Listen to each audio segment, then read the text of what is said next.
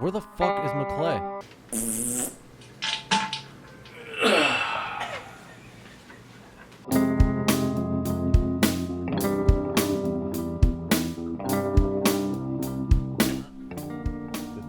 Yep.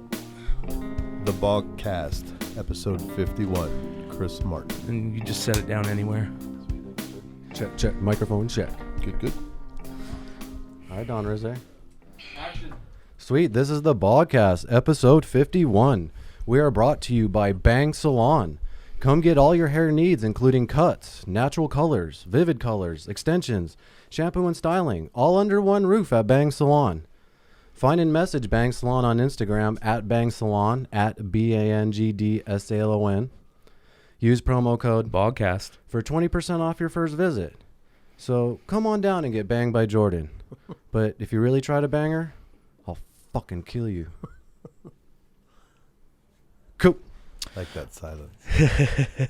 Also, check us out on Spotify, Google Play, iTunes, all your favorite podcatchers, and like and subscribe and comment. Let us know what you think of this episode. Sweet. Awesome. We have a thank you, sir. Appreciate that. Very special guest in the house. My favorite topic to talk about in the world, which is cannabis and hemp. And I have to say, man, I've been following you on Facebook, and I really, really enjoy just what you're doing. I think there should be a million more of you out there doing that, just promoting the benefits of cannabis and hemp. And I just want to talk about your company, also the struggles and the things that you went through to get to where you're at right now. And I think it's a truly inspiring story, and I didn't know if I really appreciate you coming down and talking about it. So for people who don't know, what your company is called, Hempful Farms. Yeah, my name's Chris Martin. I'm owner of Hempful Farms, and this is perfect timing. The documentary that we just produced about our story is called Hatersmakemefamous, and it launches on Tuesday. Oh, hell yeah. So it's on pre-sale right now on a bunch of platforms, Walmart and Amazon, and I think, what else? Deep Discount, Bull Moose, some other stuff. But Tuesday it goes live. Tuesday, all the DVDs that have been pre-sold ship out. So it talks a little bit about, it goes a little bit more in detail than I could in my book. My story starts off way, way back in the streets of Kansas City, to be exact. I grew up in foster homes and group homes and stuff. So kind of had a little bit of a challenge coming out of school, as a kid. Got recruited to play baseball at Yavapai. Went up there, threw a couple pitches, and then got busted with a joint and did 3 years in prison. Oh, shit. For possession of a drug. I was in a drug-free school zone with a dangerous drug. 3 years for a joint? 3 years, yeah. Oh, my God. While I was out on bond, I got in a fight and had some other stuff happen, so it just kind of compounded it, and they made sure I went to prison for it. So flash forward 20 years later when, 2010 hit and we were going medically legal here in Arizona. I was sitting around the table with a bunch of buddies smoking a bowl, and we were thinking, like, what could we do for an edible line? And it just so happened we had a Willy Wonka Sweet Tart wrapper sitting there, and we're all stoned, and I rip it and I threw it on the table, and I looked over and the W turned to a Z, and I'm like, man, that's too easy. And we went and bought molds that day and started producing product. And the reason we did that is my wife and I were both caregivers, so we were allowed 12 plants each. And once we harvested our first harvest, it was 25 pounds. Wow. So we were like, like, what am I going to do with 25 pounds? I don't want to sling this shit all over state. So we turned it into edibles. That's where Zonka was born. We hit every collective and co-op that we could and started donating the product just to get it out there.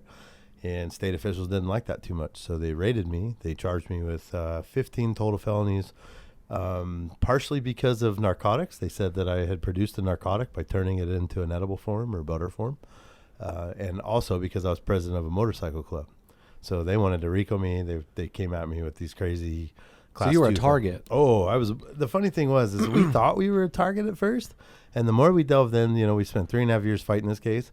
The more we realized how political it was. The police that raided me were on a motorcycle club. Oh, wow. Which we didn't know until 6 months into the case. So here I am fighting this thing. We've lost everything, crazy country song. You lose your wife, you lose your kids, you lose all that stuff. Well, I didn't lose my wife or kids, but I lost everything else, my business, our money that we had coming in, our house, everything. Did you have a store that you were doing this out of at the time, or was this out at the time, with it still being a gray area, we started doing it out of my house. Yeah. We started just pumping it out, and then the volume, the demand was so high that I had to get a commercial kitchen. And that's how I kind of fell into this trap of linking up with a really crappy partner. He saw my brand. He saw the product. We were one of the first edible companies on the street. And he was like, dude, that's $1 million idea. Let me help you. Here's an investment. And here's a key to a kitchen. So ironically enough, my store now, that's Hempful Farms at 19th and Bell, is neighbors to the building that they raided that I had rented when I was making my candy bars. And there's a little, craziness behind that whole story too. The landlord who owned the building signed the lease with my co-defendant. And my co-defendant tried to rip me off and sign my name to the lease. So after we get raided, it hops around a little bit, but when we got raided, we thought it was because of what we were doing. And come to find out, my co-defendant, who had been embezzling all of my product out of the kitchen for about 4.5 months, was actually stealing. He was embezzling. He was extorting. So he came to me, he saw the brand, he said, here's some money, here's a kitchen, let's get rocking. Well, my impression was he was going to get his license, get us all set up. That's his background. My background's chef. I know the kitchen, let's get rocking. Well, once I realized all my products started missing, doing an inventory every day, every week, I'm out of product, I'm out of flour, I'm growing everything, we're using all my flour, I'm using my staff and my cash to pay my staff. Well, now I'm broke. I mean, I see product going into the walk-in, yet I come in on a Friday and it's all gone for the week that I made. And his only excuse was we're going to consign it to all these new dispensaries as they open. So here I am thinking net 30, net 60 at best, I'll get paid. Those days roll by, I don't get paid. Happens, yeah. Nothing happens. So at that point, you're pissed. You're like, hold up, man. Like, I got wife and kids to feed too, just like you do. If you can't pay me, I'm going to pull my company and we'll go back up to Prescott and do what I did up there.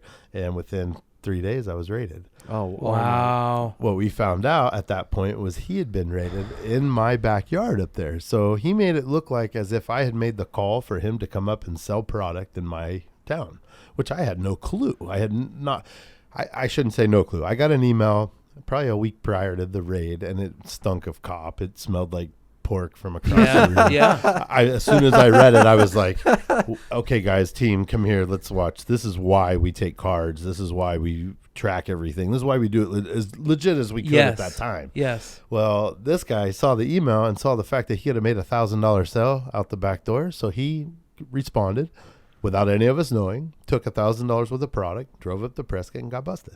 He sold it to PANT. He sold it to the Undercover Narcotics Task Force out of Yavapai County. And instead of us knowing about it, he ratted. He turned around and said, oh, the boss told me to come up here and do it. It's all him. It's his company, where we were oblivious. So 2 days later, my wife and kids and I are driving our kids to school. I made it about 3 blocks from my house, and I look over my shoulder, and there's 12 unmarked cars following us, one by one, one by one. And I'm looking in the rearview mirror like, I've been president of a motorcycle club for a long time. So you see that many fuzzes behind you, you know something's going to go down. So I got all 3 kids that are all under the age of 9 in the backseat of my Expedition, and my wife with me. No drugs, no guns, we're not rolling any kind of dirty. Yeah. And I without panicking, I'm trying to dispose of like the cell phone and just whatever I can make sure that they're not going to get any incriminating evidence for me. Yeah, for sure. Fuck that. Whatever it is, they're going to turn it around. Even if it's not something that has to do with the case, they're going to use it for that. So we're driving, and 8 miles goes by. So we're from Prescott Valley to Prescott, and they still haven't pulled me over. It looks like a cop parade. Like, it's the weirdest thing. So my first thought process is, this is where crazy shit happens. This is where people freak out and start shooting and running. It's almost they want you to do that. Exactly. So my first thought was, I'm going to drive them straight through the campus. Because I went to Yavapai. I played baseball there. I know the campus very well. And if nothing else, by the time we get to court, the judge can look at these fools and be like, what in the fuck were you guys doing? Why didn't you just pull them over? Like, no wonder. So I was trying to have some forethought. We made it to the busiest intersection in the middle of Prescott, 7 o'clock in the morning. And like I said, I'm taking my kids to school. And we got hit with tanks, ghillie suits, AR-15s. They're holding my kids at gunpoint, yelling, where's the fucking cell phones? Give us the goddamn cell phones. They yanked my 100-pound wife out the passenger window by her hair. All over candy bars. Licensed. What year was this? This is we got raided in 2012. Oh wow! That's the old school days. 2012, and we had been rocking since 2009, 2010. We just weren't really public about it. We weren't on Facebook. We weren't on Instagram. We didn't do any of that. It was word of mouth. You know what I mean? Organic, the right way. I rolled my bars out at a Halloween party at my motorcycle clubhouse. Like, literally, I had 300 people there, and half my guys were dressed up like Beetlejuice or Spider-Man or whatever the hell you want to call it, and we just lit them up. Here's 250 milligram bars. Tell me what you think. R&D like no other. And next thing I know, we knew that was the product that we wanted to put out. We knew right then that this is going to be a big deal. This is how we want to do it. And so did the investor. The investor just thought he could steal it. So when it all started to fall apart when we got out on bail. I got a $500,000 bail, like I killed people or raped kids or some stupid shit. Yeah, I mean, for candy bars, no less. Yeah. But because the RICO thing and the motorcycle thing, they really thought they had the big guy. They thought they had the white Scarface or some shit. I don't know what the hell. All I know is I was called the Munchie Syndicate for 2.5 years, and that shit never gets old. The Munchie That's Syndicate? awesome, Isn't that great? bro. I gotta That's get like bad a as leather fuck. jacket with You got to Munchie make a Syndicate. shirt. Fucking A, man. I am the Munchie Yes. Syndicate. That's badass, bro. I thought it was hilarious. But That's we got to name the episode Munchie Syndicate, Munchie man. Syndicate. You know, if you Google our raid newspaper photo, that's what it states in the paper was the Munchie Syndicate leader. Oh my god. That's like a fucking villain in a stoner movie. Yeah, You know what I mean? absolutely. Like- Yeah. I was the bad guy in Scooby Doo. Like, it Oh was- my This is God. fucking that's ridiculous. about how corny it was. Well, you know, the more we started to dig, the more we realized how dirty everything was up there. That county is probably one of the most crooked counties in Arizona. It's small mom and pop. Yeah. You know, Sheila Polk's been running shit up there into the ground forever. She hates cannabis. Nobody runs against her. She's already been caught stealing $50,000 out of her little asset forfeiture funds to put up her billboards that is against cannabis. Remember those ones back Yes. when we were fighting that had Yes. the kid and the cookie? Yep. Oh, God. How would your kid know if there was marijuana in this? Yes. That's her. She stole that money from asset forfeiture funds, which are, you know, theft Yes. payments where they come in and they take all your beautiful stuff in your house and they keep it, Yep. even if you haven't been convicted. Yep. Happened to What us. they did with you to Exactly. you, yeah. And then they turn it exactly. into Yeah. anti-marijuana Propaganda. Oh man, Rhetoric and propaganda. And they probably go take some of that money and they give it to lobbyists and say, "Here, go lobby against medical marijuana." Absolutely.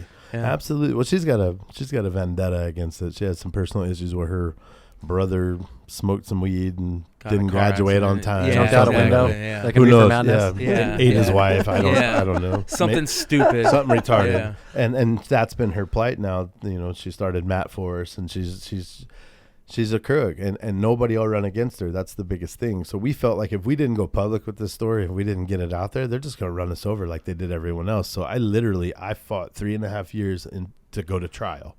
And it probably was a stupid idea because had I fought on to trial, I don't think we would have won, only because it's so stacked against you. You know, I walk in there, the 6'1" tattooed biker that got busted with weed and had a gun somewhere in there that my father owned 22 years ago that I've never even fired.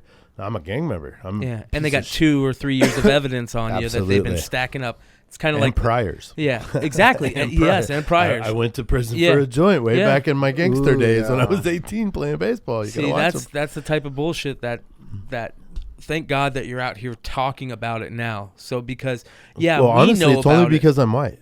And I'm telling you that right now. I'm not a racist. I give 2 shits about anything like that. But had I been any other race in that county, You'd be done. we wouldn't be sitting there. No, having you're a- 100% right. You'd Yes. be writing me in prison on death row damn near. I Yes. mean, I could only imagine. I know what it was like for me as a white biker, white trash thing that they wanted to throw around. I could not imagine being any other race in That's that a very courtroom. good point. Well, can we man. go back to? I want to go jump back to Yeah. when, because this is kind of on topic. When you first went in to jail, did you go to prison for the joint when you were?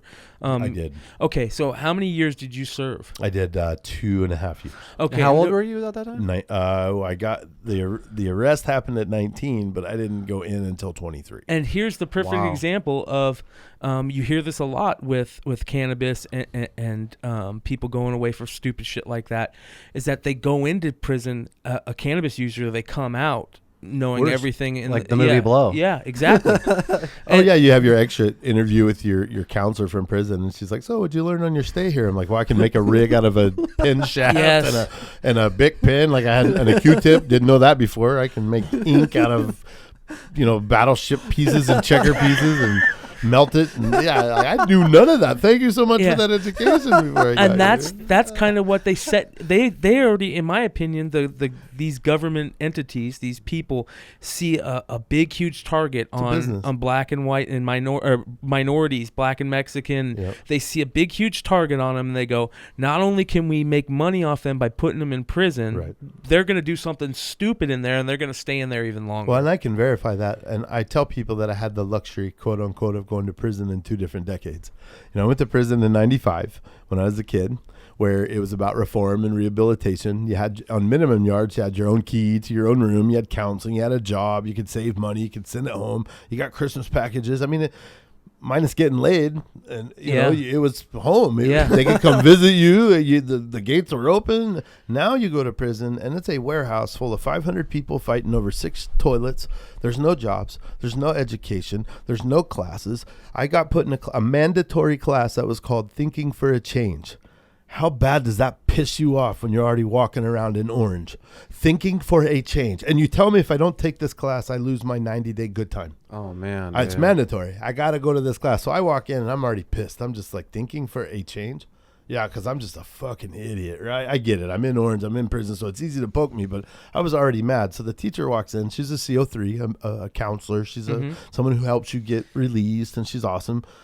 She could just tell. She's like, Mr. Martin, what's the issue? I can tell you're not happy here. I said, well, honestly, you guys promote us to come back. The recidivism is your fault.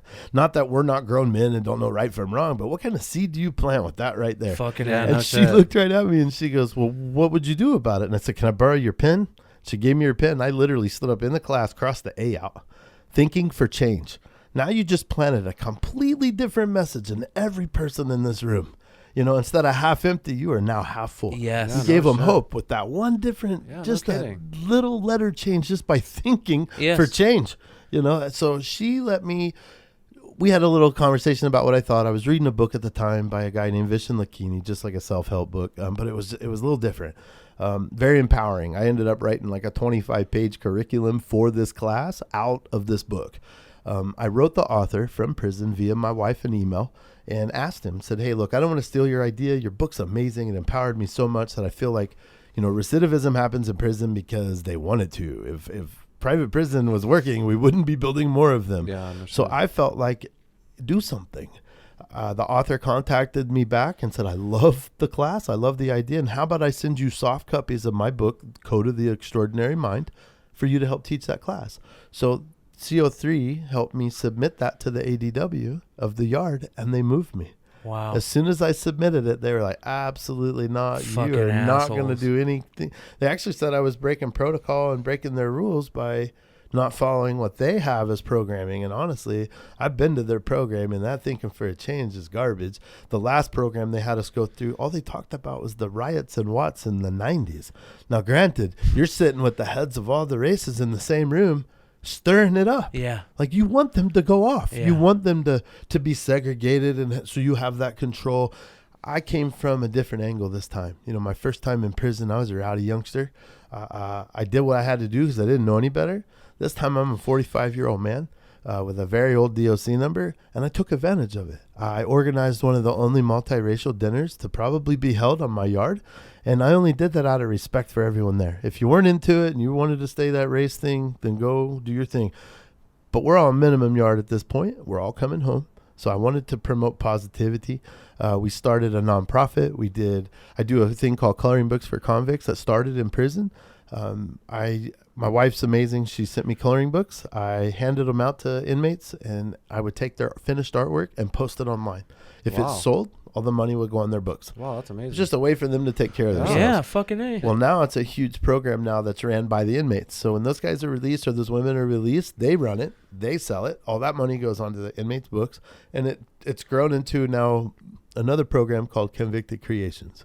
Convicted Creations started off as a joke in prison. I'm sure you've heard of Dorito tamales and ice cream in the dryer and all that crazy prison food. Yeah. Well, I wrote a book about it because I was so intrigued by what these people do in there. And I'm a chef. 25 years. That's my background. These people are amazing. What they do to not just ingenuity, dietary, but to make money. I mean, they take Jolly Ranchers and melt them in the microwave and mix them and stick Skittles in the middle and then melt it on top of a Q-tip that's been cleaned and stuck into a soda lid wrapped in plastic. So now you have suckers.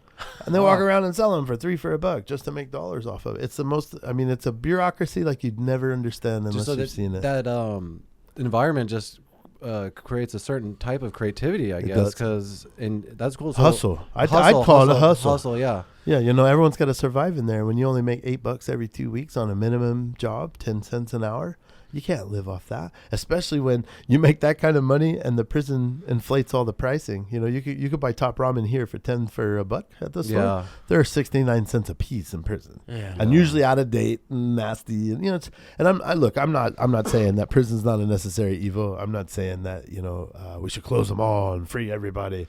But this low-lying fruit bullshit, Yeah. I'm tired of it. Yeah. I'm just, you know, I have Crohn's in this state just like I have Crohn's in California and every other state. I give two shits what your laws say about what I can put in my body to make me feel better. Why are we going to prison for it? You bring up Crohn's. Tell us about Crohn's and your battle with it. Well, that's what started this whole story. In 2007, I was diagnosed with Crohn's after fighting every other misdiagnosis of ulcers and panic attacks and bleeding out your butt for no reason. I mean, you know, all the crazy stuff that they tell you. Once I was diagnosed, I'd always been a pothead, and you know, it makes you feel better. That's why you keep smoking it. Yep. Then I learned how to eat it. I learned how to cook with it. I learned how to, THCA and a lot of the probiotic in the stomach versus always getting stoned, which has helped me tremendously.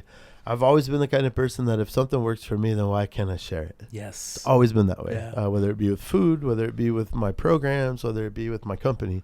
And I felt like I had to share. So. I think that I'm glad you said that, because I think that is one of the best things about cannabis is it's a medicine that is so easily shareable. Yes. You know what I mean? Just by talking to somebody, yet alone giving them product. Brings everyone together. You know? Exactly. It really does. It's a sign of peace and love, and it should be respected as that. In my opinion. It's what does Rogan say? Rogan says it's a value-driven drug, right? And you can share that information so easily with people. And I come to find that the only thing that people get mad about when it comes to cannabis is because they've either never used it or they've never had somebody in their family be affected, positively by it. Right. Well, also, we've talked about this before, just the ignorant generation that's still lingering. Yes. I just feel like there's this reefer madness generation that just, I hate to say it, just needs to die off. But they're just ignorant in their views. And or their shareholders. Yes. I mean, honestly. That's it. Or their stockholders. That's it, yeah. One or the other, yeah. You know? But for example, my aunt and uncle, like if they know I smoke weed, they think I was doing heroin. They don't know the separation of that, right? So. With Crohn's, though, is just really quick though. Can you explain what Crohn's is for people who don't know what it is? Crohn's is the inability to absorb a lot of nutrients. I have swelling in my lower ileum, which is the intestine, so everything affects it. A lot of people like to say that red meat's bad for you, sugar's bad for you, all this stuff's bad for you, which is bad for you whether you have Crohn's or not. It's all bad for you. My problem is the inability to process. So like I could drink a bottle of water right now and it could make me nauseous within 10 seconds. Just that process of something going through the infected area for me. I think cases of Crohn's are different for everyone. And I feel like doctors use that title as just kind of a broad spectrum diagnosis because we don't know what the fuck is wrong with you. So it's like inflammation on the inside. Yeah, you can get everything from it. canker sores in your mouth to bleeding rectally. I mean, there are so many different symptoms that come with it that they've kind of grouped it all under one thing. And I'm probably... I'm the only one that I know of in my family with the issue, and most people end up in surgery. So I'm fighting very, very hard not to get What do they do caught during on the surgery for? They remove the infected area. Yeah. Oh, Jesus. And it's crazy that this is here another Bogcast synchronicity. And one of my best friends or good friends in the comic book world, is dealing with Crohn's. He's been dealing with Crohn's the majority of his life, and he just got done going through a special surgery, and he's on a new thing to try and help it. Yep. He's trying all these new drugs. Shout out to Trey Kenyon, brother. We feel for you, man. Hopefully this shit's working.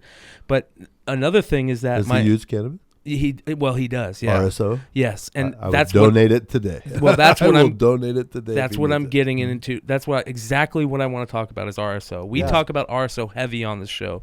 RSO saved my brother's life. My brother isn't here today for you to meet him, unfortunately. But he was diagnosed with bone cancer, and one of our good friends who started a little thing here in the Valley when.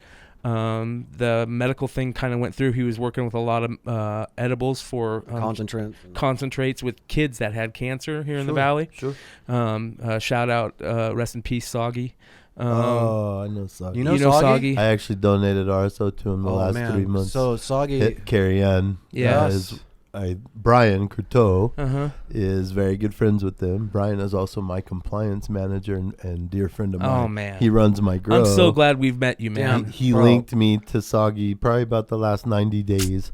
I didn't know him, and at that point he couldn't speak. Nope. no. But we gave him lots of RSO, and his wife called, right shortly after his Thank you, passing. man. Thanks No, for that, no, bro. that's what I'm here for. Let me tell you how important this is that you said that, because Soggy, when my brother got bone cancer, he had a 9-inch tumor in his femur, and really rare form of cancer, and they basically told him, you're lucky to live, yet alone keep your leg. Yeah. And so they said, you got to go 52 weeks of chemo, where it was like super intensive. He was in the Mayo on, they were monitoring 24/7 because he's half dead. And after like 3 months, it wasn't working. Yep. And he was just going. And Soggy came to me and he said, hey, man, let me try and help. I go, well, I'll take any help, Anything, whatever you can. And he goes, I'm going to give you 800 milligram capsules, or 200 milligram capsules. You take at least 800 milligrams. You have him take at least 800 milligrams a day or more, as much as he can. and he goes, it will work. And so this is crazy. My brother was so ill the day that I brought the pills to him. He hadn't got out of bed in weeks. He hadn't had a drip of water in days, and nothing to eat in weeks. He looked like he was dead. And I went to the house and I said, hey, I want you to take this pill. And he wouldn't even take pills because it would make him so sick. And I said, and he was a smoker, but he had quit smoke. I said, I'll give you a cigarette if you take this pill. He's like, yes. Fucking A. Yes. Yep. So I went and he took the pill. I went to go buy him cigarettes. When I came back, he was already on the couch eating a bowl of like chicken He was enchiladas. hungry. It worked that fucking fast. Within 3 months, Chris, the tumor was shrinking. At one point, the doctor kicked all the nurses out of the room and said, I want to let you guys know the only thing that's saving his life right now is the cannabis. That's right. Saved his life. I keep my monthly allotment amount of RSO in my store on me at all times, because anyone that comes in that has a card and a lot of people come in thinking CBD is what they need when they have cancer. Yeah. Literally. I don't know how much crap they've read online, but they come running to my store like, I don't need a card. This is going to work for me. What's wrong with you? I have cancer. Wait a minute. Hold on. Let's talk. Yep. So I as long as they have their card, we come out and we chat about it. If they don't have their card, then obviously we help them get their card. But my plight from this whole message, this whole journey has been amazing for me, because I went from a 1% motorcycle club president. Like, my dad was patched for 30 plus years.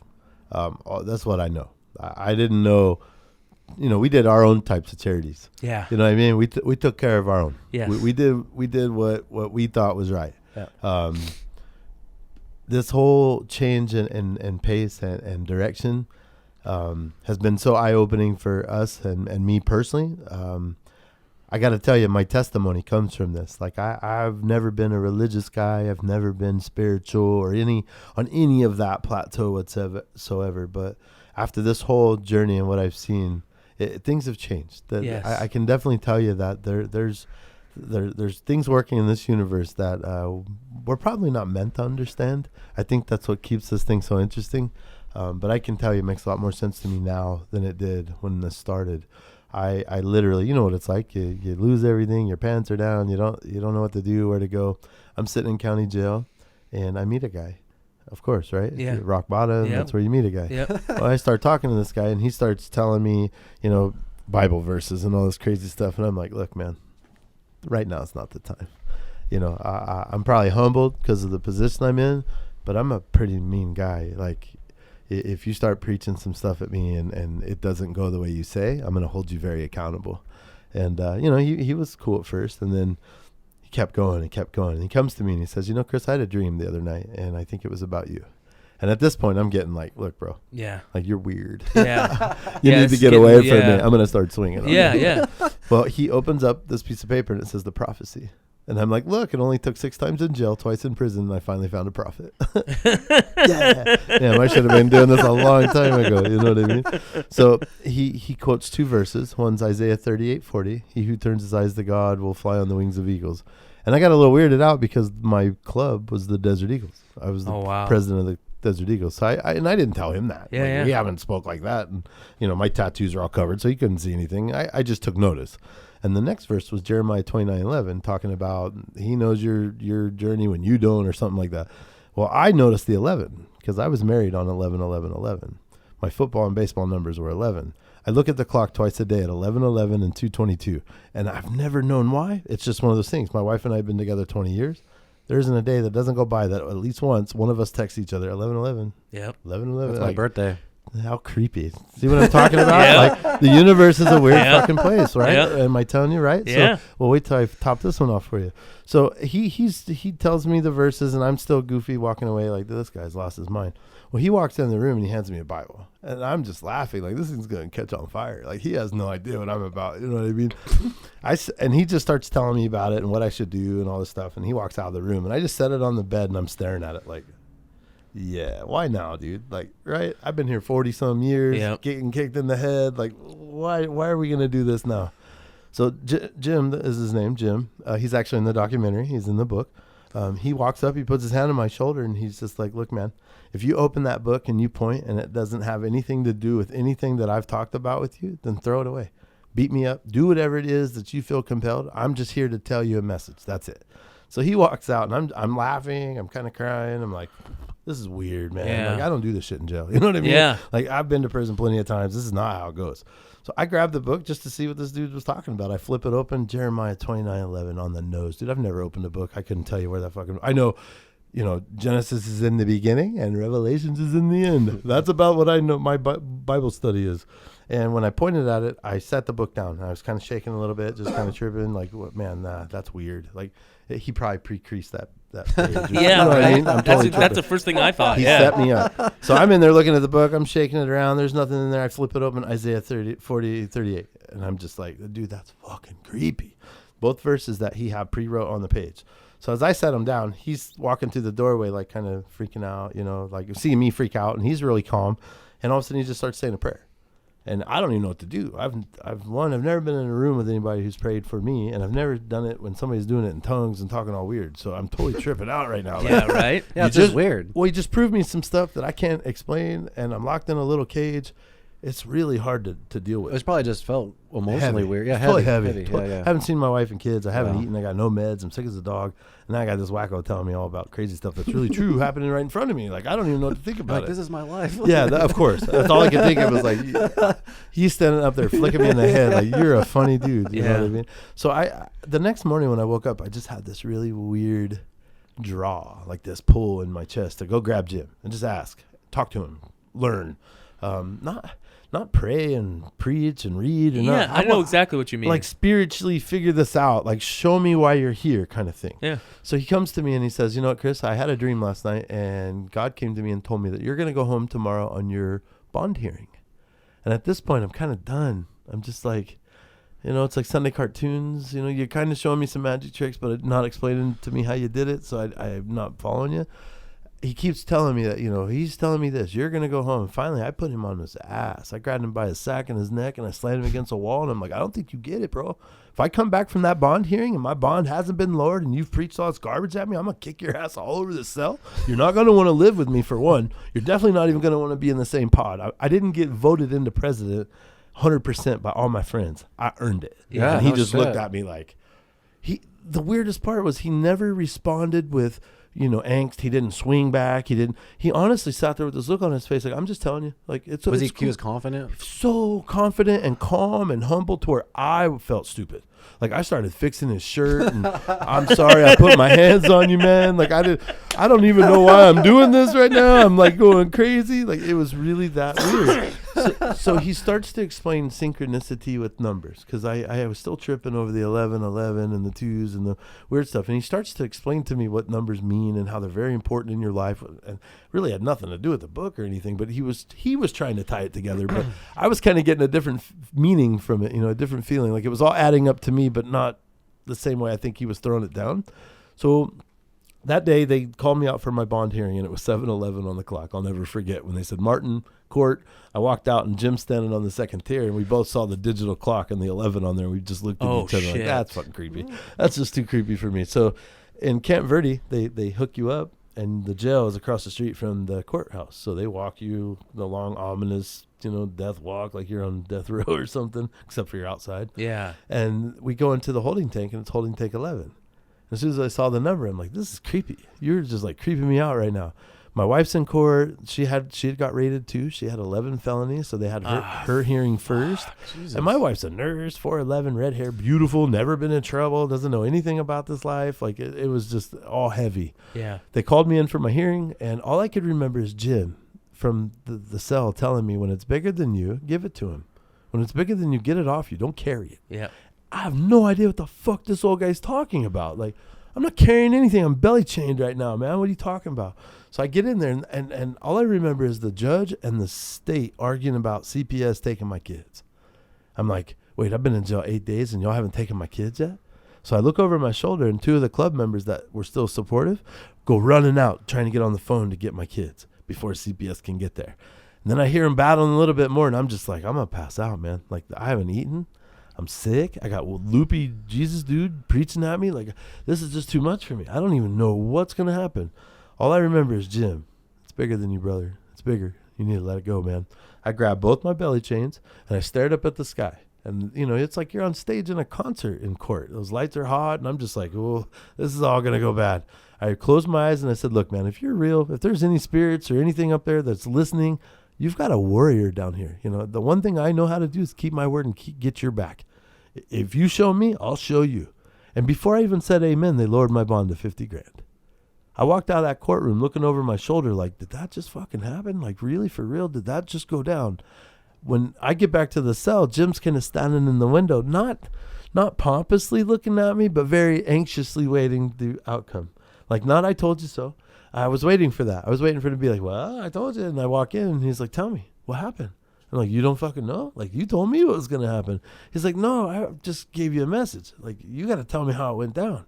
And when I told him, he's crying out of both eyes, like, see? Damn, dude. He goes, I've only been walking this 7 months. I'm an ex-junkie. I'm an ex-biker. Like, I didn't know none of this before my walk, but I gave him my word. Now I want to give you mine.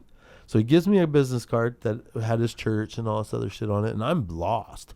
I got to get out of jail, go tell my club that I'm done. I'm laying my shit down, and I'm going to go to church. Yeah, that's going to fly over like a fart in church. You know what I mean? Like, this is going to go all bad. This is going to go, I could just tell. I could feel it. Well, it didn't. It didn't go that bad. My club was like, you know what, man, you got to do what's right for you and your family. Handle it. So I started joining this church. I brought my wife. I brought my kids. We got baptized. We poured our lives into this thing thinking this is exactly where we're supposed to be. Then the elders came up to me and said, hey, man, now you use cannabis, don't you? Yeah? Why? Well, you can't be here. Hold up. I can't use my medicine and come pray to God? Because why? Well, because we don't agree with that. We don't believe in that. I said, well, I've read a couple chapters, and there's a couple in here that actually mention it. Just saying. Revelations 22 and all this other stuff I've been hearing about. Well, what do they say about it? Well, honestly, at that point, I didn't know. I knew Genesis had said some stuff because that's all I had gone to. Yeah. Well, and what's crazy about that verse is once the church kicked me out, I went home. This is the first time in 40 years I've ever thought of suicide. And I'm not that dude. I'm half full. I'm never half empty. But when the church kicked me out, now I got to tell my kids that, we lost our house. We lost everything. We've been raided. You ate an AR-15 for breakfast. Now you can't even go to youth fellowship. You can't even go pray. You can't even go hang out with your friends at church because they kicked me out because of me. It's probably the most empty feeling you can deal with. So I've never been that guy, but for once I was like, you know what? If I get life, who's going to take care of my family? Like, there's no insurance program for people who get life. If you die of something and you have insurance, that might help you. So I could think of just leave the truck running and I'll just sit in the garage. It'll be an accident. Like, I didn't know. Maybe then my kids will actually get a little bit of benefit or insurance or something if I'm not here. And right when I thought that thought, I slammed my hand down where I was sitting at my desk on my laptop, and I'm yelling at the ceiling, like, what did I do, man? I gave you my fucking word. Like, I've done everything you've asked me to do. Well, my laptop pops up, and the numbers thing was there. There was a commercial. It was a split screen. On half of it was like 222 Sirius Radio. And I looked it up. It was my friend Shannon from college who owns a Sirius radio. So she was advertising. I was about to say 222. Yeah, I was like, who the hell is that? I didn't even know. Yeah. And it's my friend from Yavapai. Well, on the other half of the screen, it said Revelations 22:2 from Calvary Church. And I'm like, that's fucking weird. Like, for one, why are they together? And two, why isn't the verse with it? Why is it just the numbers? So I'm still pretty new in my walk. I know that Genesis is in the beginning, Revelation is in the end. So I'm curious. I grabbed my book, I opened it, and that's when I read the verse. I give to you seed-bearing plants to heal all nations. And I just started to cry. Like, I literally started to bawl. Like, this is the second time this dude answered me. Yeah. Like, he's telling me, you're doing God's work. You're doing fucking what we want you to do. You're doing exactly. Dude, that is. And at that moment, I realized that it wasn't about me being a biker. And it wasn't about the cops hitting me and this whole media frenzy. It wasn't about that at all. Look.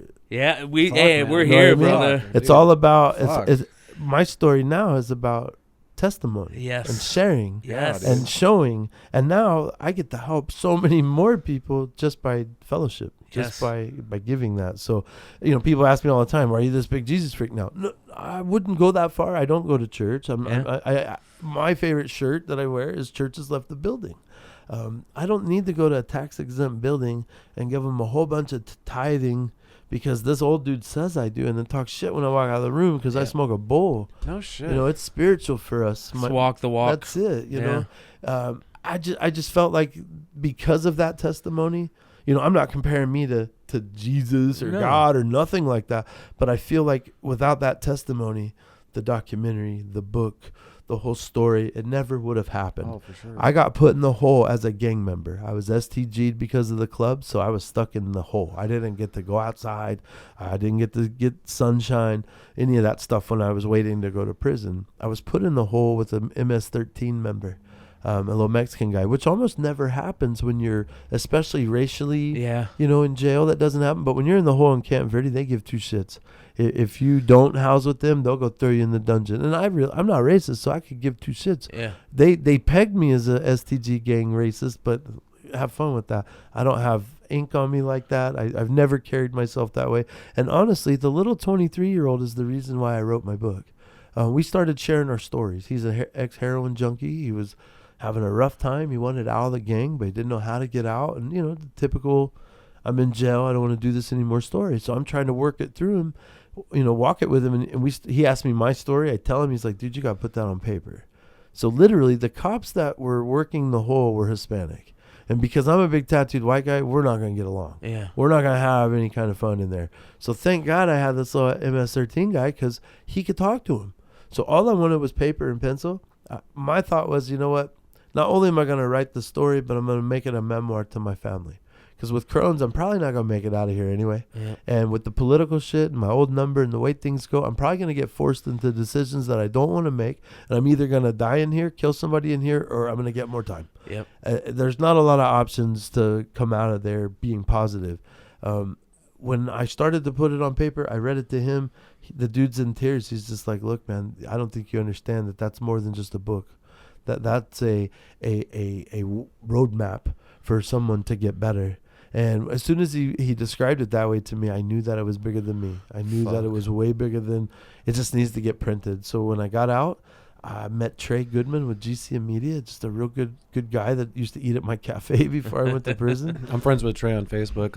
I love Trey. I've never met him in real life, but we're always happy birthday, Trey. It's his birthday today. Nice. Happy birthday, Trey. Nice. He's he's one of those guys that used to frequent the shop and heard about the story and didn't want to be a Gideon. Didn't want to be one of those guys running up like, oh my God, I know you. I've known you forever. And Trey was more like, how can I help you? Like, you're in such a bad situation. What can I do to make this better?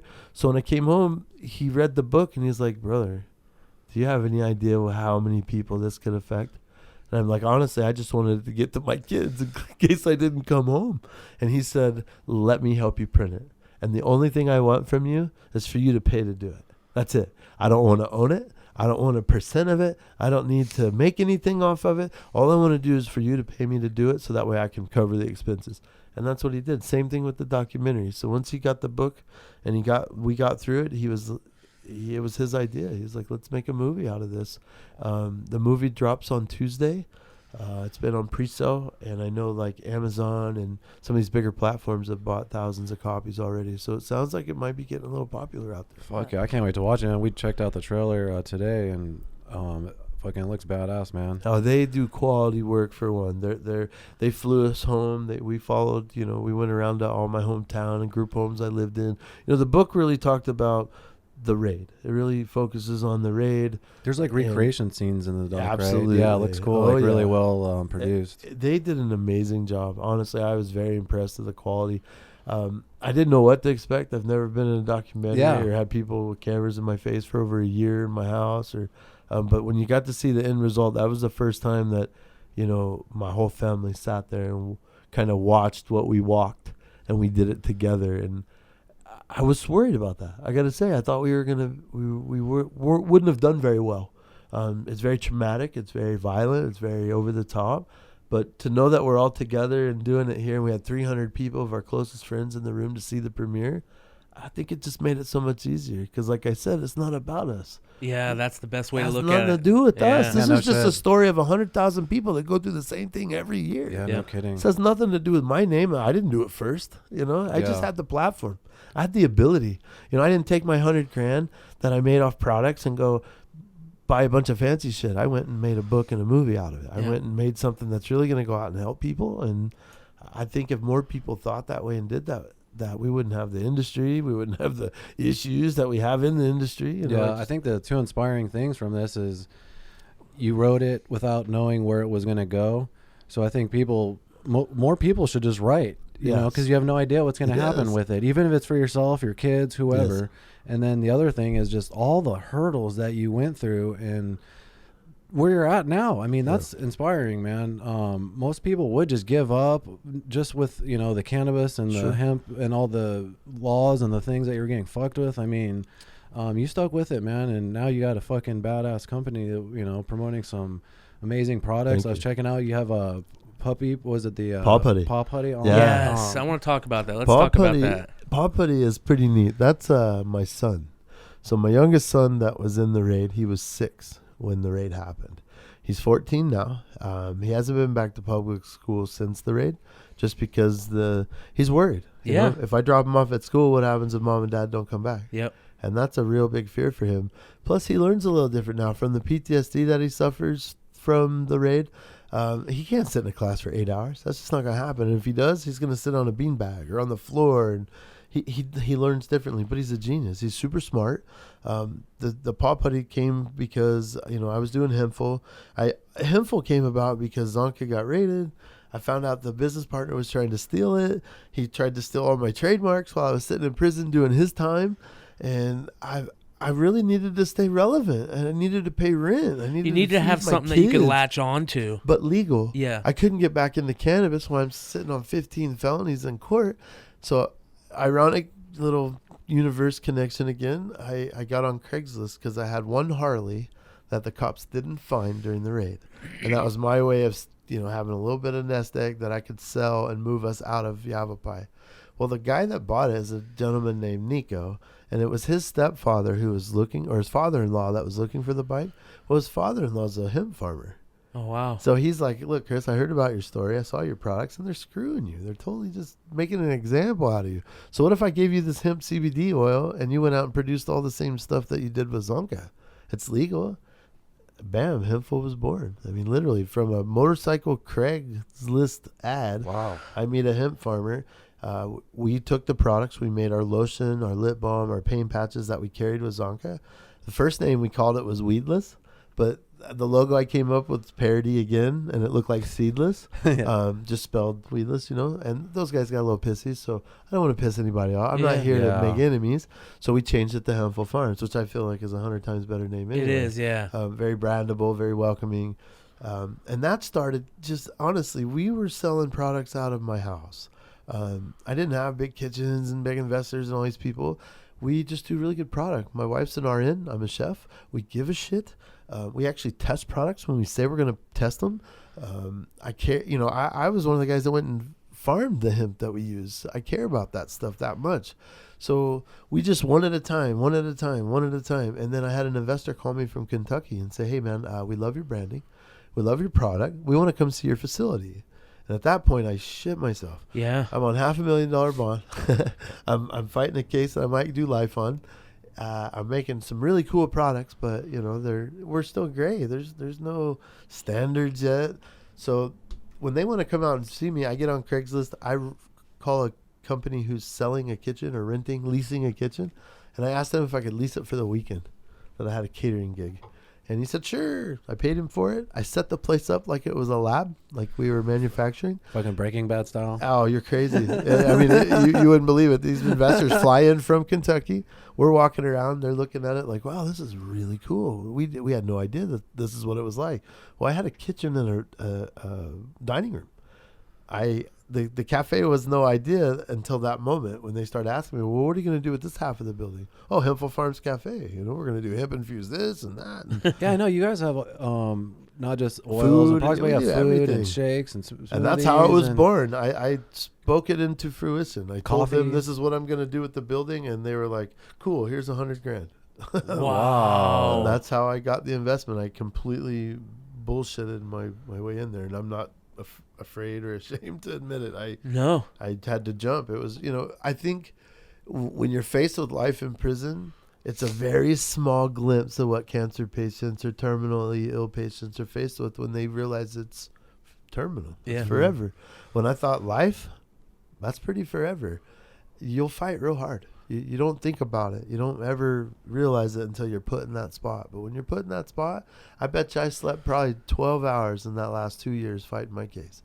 And all I did was sit there, one hand trying to sell as many products as I could, and the other hand trying to get as many activists and activism advocates together for cannabis and try to get these laws changed. So I just think we shouldn't have to wait for people to get put in that position to give a shit. That's the worst part. That's Why the wait worst until part. you're Yeah. handcuffed and on the floor Yeah. to realize, like, oh, God, we should probably change this rule? Like, no. Think about it when you're voting for these retarded-ass initiatives that are being put in front of you. Yep. You know what I mean? I'm so sick and tired of this shit. Like, oh, well, we'll just change it later, or we'll fix it later.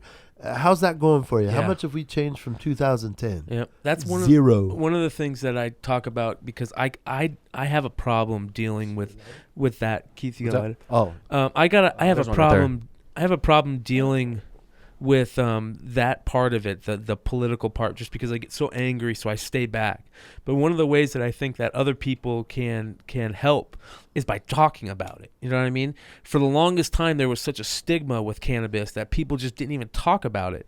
And now we have to. Everybody I see, I talk about it. I make a point to talk about the good that it's done, the good that it can do, and get rid of that stigma. I mean, that's my favorite thing to talk about on this show. This, and that's one of the reasons that we do this show is because we want to talk about how much good it's done.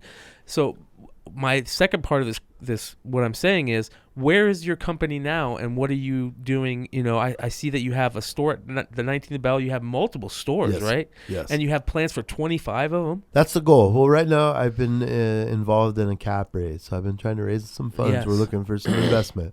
I feel like I've taken the company about as far as I can take it with my experience and my, I didn't even graduate high school. So it's not like I have this huge college background. I went to play baseball and got busted with a joint, was in prison 2 months later. So, the whole business degree thing didn't work out too well for me. I learned the opposite way. And I don't know if that's so helpful at this point for my company. The drive and the passion and being the face of the company is what I'll always be. I just feel like now if I bring on a financial partner that knows a lot more about scaling a company than I do, I think we'll do a lot better.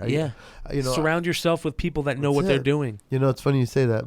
I wrote the mission statement for my motorcycle club, and although we were, thought of as a 3-piece or a 1%, the mission statement stated, surround yourself with greatness. Yeah. You become who you are and who you're around. So we feel that same way now in business as we did in the club, That's cool. I saw on your site the stigmas that having a hemp company has with banks. It's miserable right now, man. I got to tell you. What is that like? I've done business since we started Hempful and banked perfectly. We've had no issues. I own a trademark on Hempful. I've had a credit union account for 9 years under Hempful. And as soon as the Farm Bill passed, all it did was allow corporations giants to step in and take over the industry. Now the small mom and pops like me struggle to have processing because we're high risk. But if you were to go into CVS right now and pick up a hemp CBD product, they don't have any problem processing whatsoever. Wait a minute. You're saying because, was it last year when the hemp passed? Yeah. You're saying it actually hindered? It's done the opposite Wow, on that's a lot of crazy. occasions. Yeah, well, Huh. and that's what I mean by That's not interesting. reading the bill. I don't know how many people actually read that 1,200-page farm bill, but about 698 and 699, those are about the only 2 pages that speak of him. Everything else talked about crazy shit off the wall, like troops in Yemen and all it's meant is to jam up Congress. It's not meant to get things accomplished. It's not working correctly. And if people were actually to read the bills before they and that's why they're 1,200 pages. Who can? Yeah. Who the Nobody. fuck's gonna sit there and read 1,200 Nobody. pages? Me, because I'm looking at life. I Yeah. have nothing Yeah. else to do, and I want to know the truth. I want Yes. to know, what we're looking at. I mean, just like I brought up a little comment on my Facebook page about the ADA. And their initiative, the safer, smart and safer, whatever they're passing. And I didn't say for or against one way or another, but just put out some bullet points, here. Some things that I think people will skim over because they say legal or they say growing at home or, they'll skip all the other stuff because those 2 or 3 key points are important to them. And boy, I started a riot on Facebook. And people took it as if I were supportive or actually they took it as if I were against it. Yeah. More so than not. And my thought process was really about getting people talking. Like you say, Yeah. sometimes you get so mad you want to withdraw. And I think that's 80% of us. Yes. That we all do that. Yeah. But if we could channel that in another direction, because I used to be that way. I just broke shit. Like if I get so mad, I break it and then go hide. Now let's channel that energy. Let's start getting other people involved. Yes. You maybe don't necessarily have the voice that you want, but you probably have one that you don't realize. I mean, look at what Exactly. you're doing now. Yeah. This is a platform that is, essentially doing exactly what we're speaking of. Yes. Yeah. And that's the whole goal. That is the 100% the whole goal. I think, it's crazy. You talk about how you look at the clock and you see 11:11, or all these synchronicities that happen, and that's a big part of the show. And to have you come in here, and we're talking about the RSO, Validated. and talk about how Soggy. with Soggy and all that stuff, absolutely blew me away. I mean, like it's beyond something that there's something out there that's an energy that's pushing people together or something. Absolutely. Whatever it is.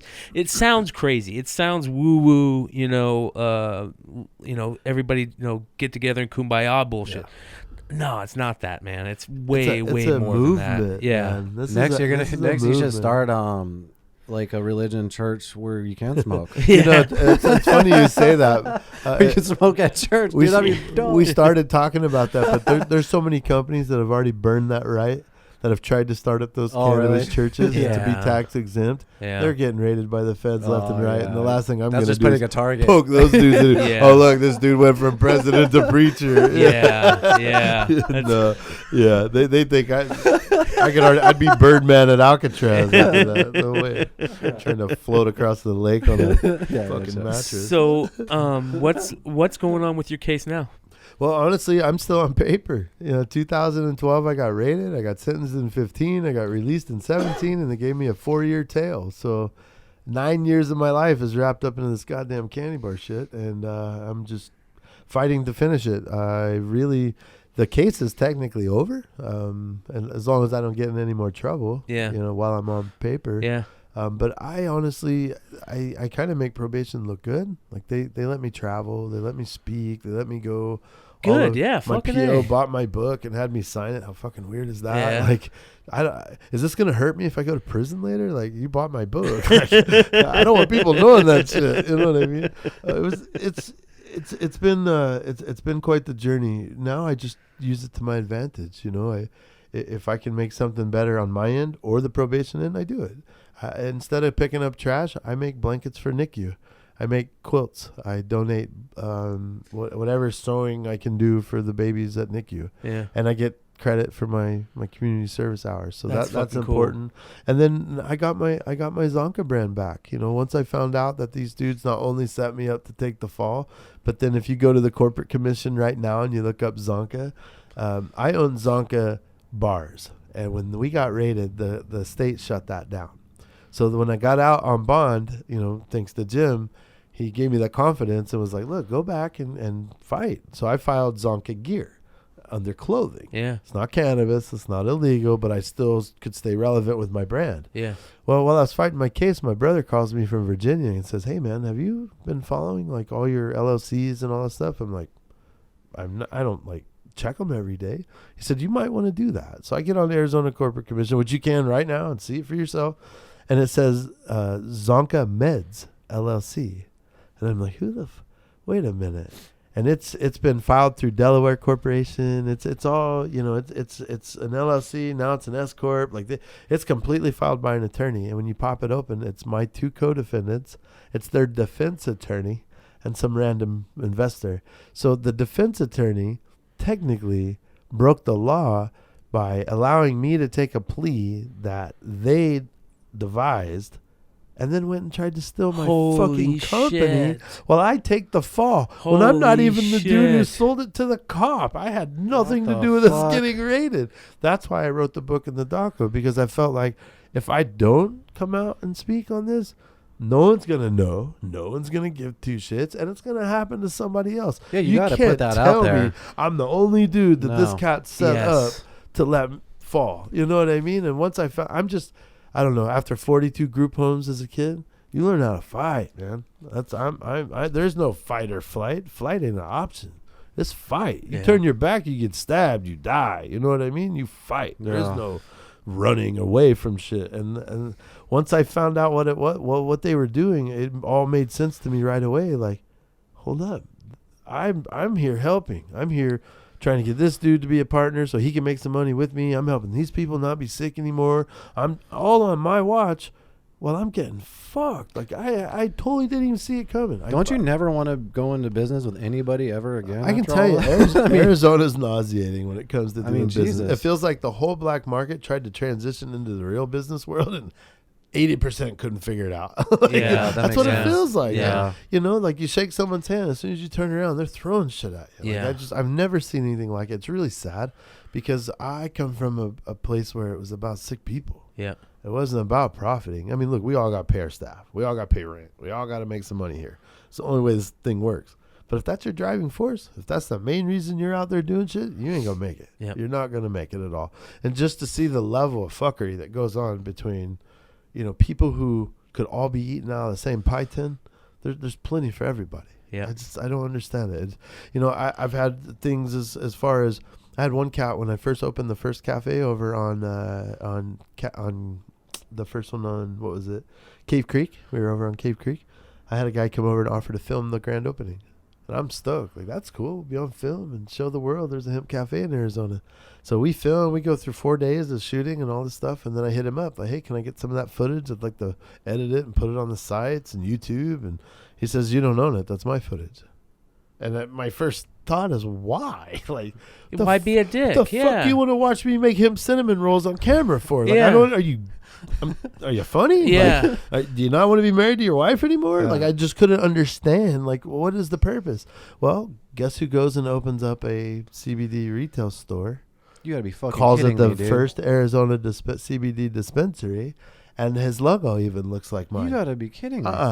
No, and then, when I call him out on it, once I come home, like, what the fuck, dude? Like, I gave you the blueprint. I'm not afraid of competition. Yeah. That's not it at all. No, he literally let him in to film your shit. Bro, it's crazy. It's nauseating. It's one of those things is where he still around now? Oh, yeah. Damn. Yeah, absolutely still around. Not around me. Yeah. You don't come nowhere near me. So let me ask you a question about that. Does that make you want to leave Arizona? Yeah, real bad. As That soon as I'm hurts, off man. paper. That fucking sucks, man. It does suck. I've been here 25 years, 28 years. Well, This where are is you going to home go? me. Well, honestly, I want to go east. I feel like from Colorado west is so saturated with not just companies and product, but scam artists and con art. I'd like to go, like, I'm from Kansas. I was born in Virginia, but I was raised in Kansas. We just harvested our first 500 pounds of hemp in Kansas, and they're still figuring out what to do with it. How nice would it be to go pioneer that back there and go drop a manufacturing facility and a retail shop? And you got to chill out all those East Coast motherfuckers. You know anyway. what I mean? Start calling them down a bit. Yeah. I feel like there's more opportunity. Oh, yeah. And I That's a also great feel idea. like there's some states that are a lot more welcoming. Like That's the Arizona's worst part been about kicking it. my ass, bro. Like You know, between you're the not fines and the felonies, I quit. What- you're not the only business owner that's come on this show and in this business. Well, now with corporations taking over, Yeah. look, man, like I feel like Zonka helped pave the way. I feel like our company and our sacrifice helped put some of these places on the map. And now you got 3 corporations that come in here and bought everything. Yeah. And they can tell you that your company's not worth shit. You're done. You're not in here. Boom, because we're going to all do it ourselves. And they put trash out there. Yeah. Put some garbage for profit. You know, not tested or made out of trim or garbage chemicals are using in it. But the companies who are sitting here doing it right from day one get cast aside. And honestly, I don't understand why you wouldn't help build them. Why wouldn't you help take the following that they've already built? Give them incentives. I mean, honestly, I get just as popular. Like I have phone calls from dispensaries out of county, up in other cities, calling me saying, "Hey, do you know people are asking us for your products? I haven't made a candy bar in 7 years. Wow. That's fucking nutty. You know what I for mean? the Zonka? Yeah. So you can't get Zonka bars right Not now? yet. Not yet. We've got a Okay. kitchen. We're just waiting on state approval. I've got our final to go through. Once our grease trap's put in, it's over. Okay, that makes sense. I was confused because I didn't think they were around. And then you were talking about them. So then, Well, because it's been talked about for 7 years. And, Yeah. And that, you know, to me, that shows the demand. And that shows how anxious everyone is to get them back out there. So kind of a final, I don't know, I guess you could say a nightcap on the whole story is in the book and in the doco, you'll see a guy named David Alvarado. He's my CASA worker. He's a court-appointed special advocate. When you're a kid, no one speaks for you. When you're running from group home to group home, unless you're just a piece of shit, somebody should be there helping you. Yeah. Dave was that guy. Dave stepped up, volunteered his time, wondered why I went through so many group homes, and really, he came in. He would record my football practices and games, and send stat sheets to colleges. And he's the reason I'm here. He's the reason I'm alive. He's the reason I made it through. So, flash forward 26 years later, we're filming the documentary, and my agent and his private investigator find him. They bring him on. We get him on the doco. Well, then a chef position opens up in my kitchen over at Zonka right now as we're getting ready to get rolling. And my CASA worker is also a chocolatier. Oh shit. So he opened up. He's got some really neat credentials coming out of Kansas City, higher end, just chocolates and truffles and just really neat Fine stuff that dining we stuff. don't see here. Yep. You know, we get a lot of shit force fed to us because of the corporations coming in and having to watch that bottom line. With me now, I've taken over a 14,000 square foot grow. I'm in partnership with another company, American Green. And Zonka now has lineage. We have flour. We have rosin. Oh, we have cool. RSO. My plight with the RSO, as you know, is it's to get it on the shelf. Yes. So our price points are way low compared to what you'll see. And that's for a reason. It's not about making a bunch of profit off of medicine, something that everyone should have. I think RSO is the most important thing that's going on in the cannabis industry world, whatever you can call it. I agree. I think that it is it's mind blowing, the stuff that it's curing and the help that it's doing. We have 9 years of testimonies, of emails, of pictures, of things that have just been sent to us of what it's done from an 8-day detox off of liquor to a 12-day detox off of heroin, to you name it. I mean, I've watched brain tumors shrink. I've seen, just like you've seen. Yeah. I think that's where we're all at now, is we're kind of like, the gig is up. That's You know it. what That's I mean? exactly the it. fucking joke is over. Yeah. You know, kidding. stop lying Yeah, to us. you can't No pull this shit. over our eyes anymore. I'm getting tired of it. Every time, I used to go to the hospital or the doctor when I was sick. Oh, here's Humira.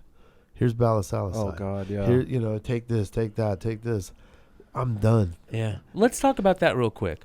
What is your regimen for the Crohn's, and how is the cannabis helping you on your Crohn's? How often do you take RSO also? My written regiment, the one I tell everyone to follow, or the Yeah. one I actually follow? Let's hear it. Honestly, my wife would probably be punching me right now to make me tell the truth about it, but I don't take near as much RSO as I should personally, because I really literally give it all away. Yeah. I space it. Yeah. It's like, bam, you need it. Shit, I didn't save 2 for me. Next time.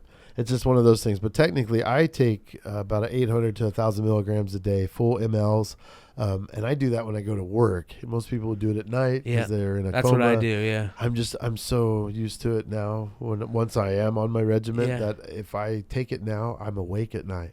It causes Can an you do it anxiety. day and night though? You can do it day and Yeah. night, depending on what it's made with, you know, Yeah, yeah. which strain you're using. I get this weird anxiety when I like get a buildup of RSO in me, and my psyche goes weird sometimes to where I just can't sleep. Yeah. Most people, it knocks them out and they're in a coma for 2 days. Me, I'm sitting there running around the garage like, what can I clean right now? Like, Yeah. you know, my neighbors probably think I'm on speed or something. Yeah. It's just, So it's so funny. Is it because that RSO is like a sativa strain specific? Not necessarily. Maybe, I or- think it's because the THC content for me helps drive my anxiety. So now I'm working on ratios, 1-to-1s, 3-to-1s, 5-to-1s, using a distillate CBD full spectrum. It really helps cut out that psychoactive part of the THC. Yeah. When you're putting that much concentration in your system, it can shock you. I mean, it's not going to kill you, but it can shock you. It can definitely make you like, whoa, that's a lot. Bam, I'm asleep. Or like in my case, I try to sleep. It's like I quit taking it for that reason. It's like, let my tolerance drop a little bit to where it will put me back on my ass again. It definitely builds your tolerance. Oh my fast. goodness! Yeah, I'll sit here and smoke an ounce in a day and a half. Yeah. Like, man, I cannot. Well, that's what I've noticed with it is that I take it every night. I take about I take like fish oil, and I'll just put like a toothpaste across of it and just See, use take it that way. CBD instead of that fish oil. Yeah, got that's more what I need to do. omegas, more no, omegas. No, that's what I need to do. Fish oil is good with omegas 3s and 6s, but hemp oil has 3, 6, and 9. Those omegas in there in the hemp oil are so much greater than the fish. And think about that flavor. That's what I was just You don't about want to to say. burp Yeah. that shit later. No. Yeah, no shit. I had it even Oh. worse, man. I had them in my pocket, Oh. and I put some hot tamales in there, the candy, Oh, the and I went to melted. I went to go grab a hot tamale, Oops, and I bit down on it, and it was a fucking fish oil pill, man. not it. Yeah.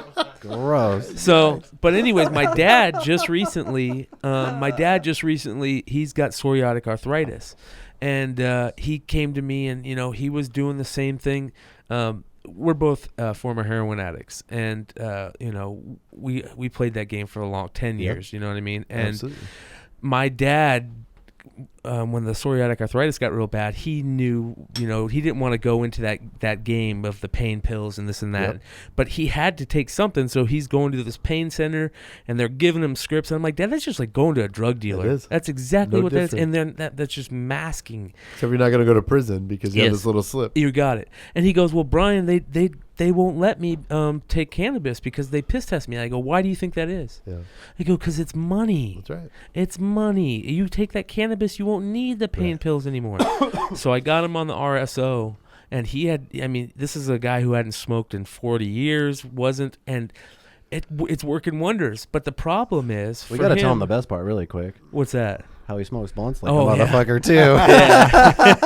He came over on his birthday and smoked a blunt with us, and then he comes over. He's like, "My dad smokes blunts now." I was like, "Hell yeah, that's sick." Yeah, it was funny. I tell this story. I bought like a baseball card collection off of like Craigslist, and I went over, took it to his house, or he picked it up for me. So I went over to the house, and here we are. I'm 40 years old. My dad's 65, and we're going through baseball cards like we're kids again. Isn't But that at the great? same time, we're smoking pot while we're Isn't that doing it. You great? know what So I mean? It fucking was so awesome. great, man. It was See, like, I grew up in a house where that was normal. yeah, Weed was normal. We Yeah. had it hanging in the attic when it was drying after harvest. My mom, if you burned yourself, if you put the salve, mommy's little magic salve on it, or yeah. if your tummy was upset, you took one of mommy's magic little pills, and I mean it was normal for me. So That's so wrong that doesn't. and that was in happen anymore. Kansas. That was in Kansas. So Yeah. when I grew up and realized how bad it was there, that's why I ran to Arizona or the West Coast. I was Yeah. thinking, oh, they're going to be way more lax about it, And 3 months later, I'm in prison. Yeah. Yeah, for I was gonna it. say it was the exact opposite for me growing up. It was like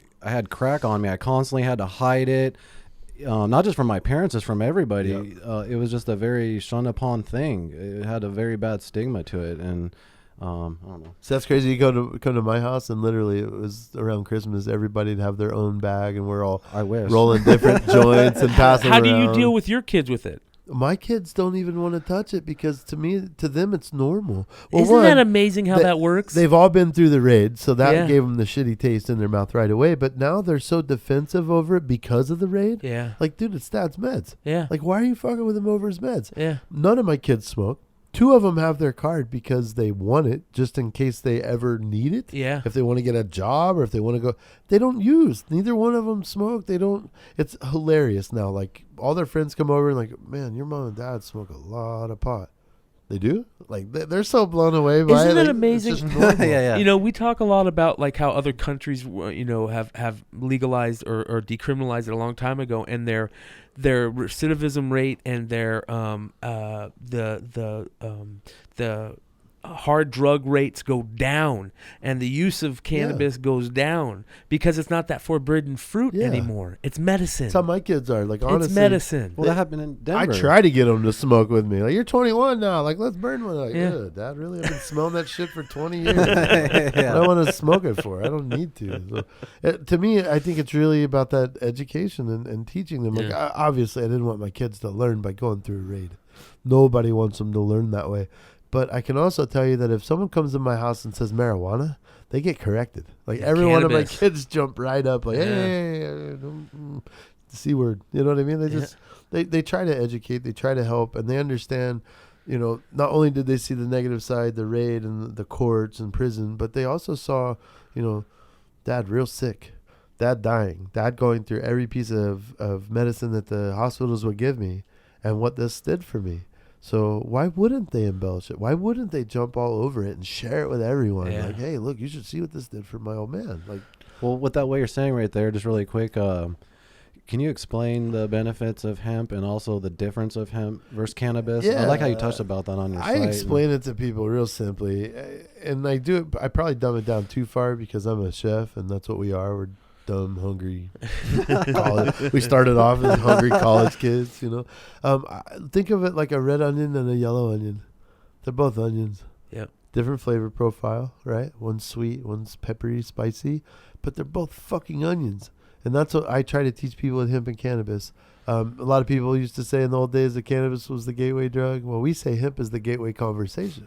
Because if you'll come into the store and you'll use a hemp lotion and you'll try a tincture, then why in the world wouldn't you have the conversation about its cousin? Yeah. About a plant that is the exact same thing.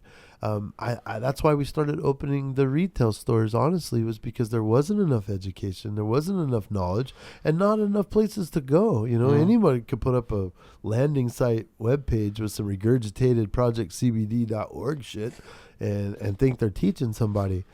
Or they could charge you $15 to go sit in this fake class to get a fake certification like you learned something special.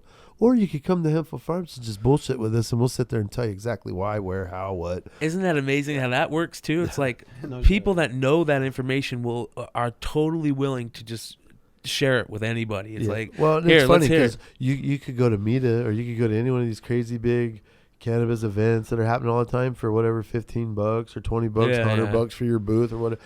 My company's never been to one, and we've been here for 9 years. And it's not that I'm snubbing that at all. I just don't think I need to charge people to teach them shit that they can go YouTube. Yeah. Yeah. No That they can go find on their own. Yeah. Really, they just want the comfort of someone telling them the truth. They're sick of a doctor telling them, an apple a day and you're dying. I'm sick of taking medicines that 6 weeks later I'm seeing on a commercial for a lawsuit. No shit. I'm done with that shit. When you bring up a plant and they look at you like, taboo, we can't talk about this. Yeah.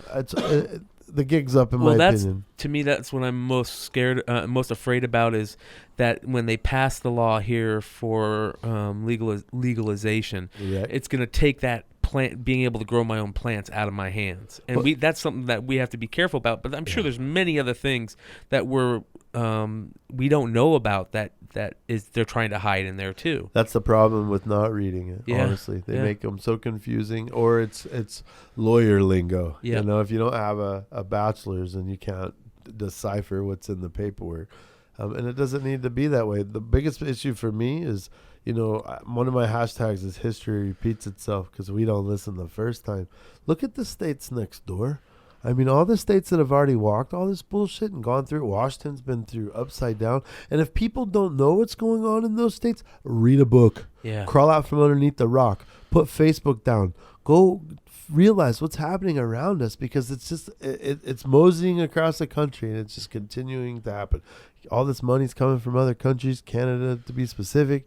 And they feel that they've kind of cornered their market up there and how they do it, so they want to come down here and teach us how to do it. Yeah. And it's not how we need to do it. In my opinion, you should be able to grow the shit in your backyard like a tomato plant. Yes. I mean, it's never killed nobody. Why can't you? Yeah. I got more dangerous Christmas plants in my house right now than I do my cannabis. You Yeah, know no what I shit. mean? Yeah. I think we need to look at it in another light versus trying to regulate all this shit all the time. But what do you think the future with Arizona is going? I think we're fucked, man. Really? No, that sucks. Like the it's- next bill that's coming up and everything. Well, honestly, you've got a few now. Mhm. There's 3 Mhm. initiatives out there now Mhm. that I suggest you read very carefully. All I can tell you is I don't think any of them are going to pass because there's 3. Yeah. You know, it's going They're fighting it's each going to other. divide each other, and then what's probably going to happen is Ducey's going to come in and say, "Oh, hey, since y'all can't figure it out, bam, here's what your law is going to be," and then we're all going to be fucked. Oh, make Yeah. it worse. I think so. I mean, honestly, what's the vying line here? It's the profit. Yep, money. That's the money, not the patient, not the sick people dying, not the cancer Just because they're not hospitals. getting it. Right. No. I mean, how do you make money on something that's federally illegal when you can't patent it?